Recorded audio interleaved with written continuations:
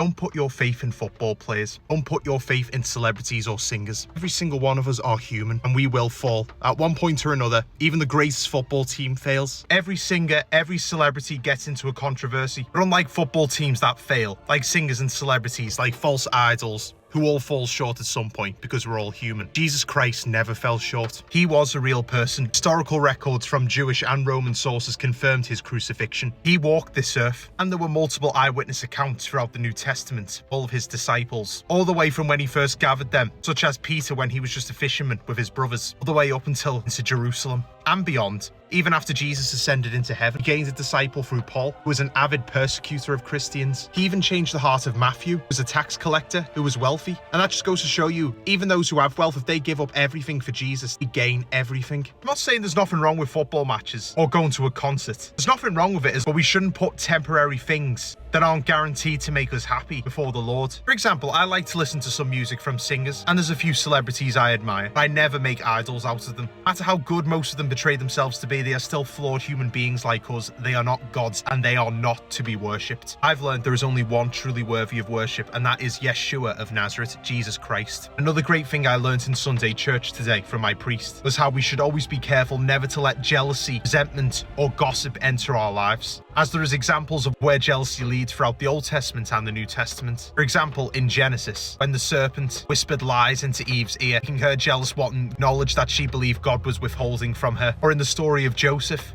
when all of his brothers despised him and were jealous of him so much that they took him and gave him into slavery in Egypt. And of course, the most recognizable jealousy, the Pharisees, the Sadducees, chief elders, the scribes in the New Testament. They were all jealous and hated Jesus because he garnered support and love from many in Jerusalem, from so many disciples, because he called out their hypocrisy. Jesus is the light of the world. He shone a light on the darkness, which is why people hated him. But the main ones, the Pharisees, the scribes who hated him, it was all down to jealousy. I'm saying this to people who might be in school, who might be in sixth form, who might be in college, in a workplace. If you're surrounded by people who will come after you for believing in Jesus, who will make fun of you for it, more often than not, Satan's voice is often the loudest because he never shuts his mouth. Oftentimes, you can hear God's voice in the silence when you pray.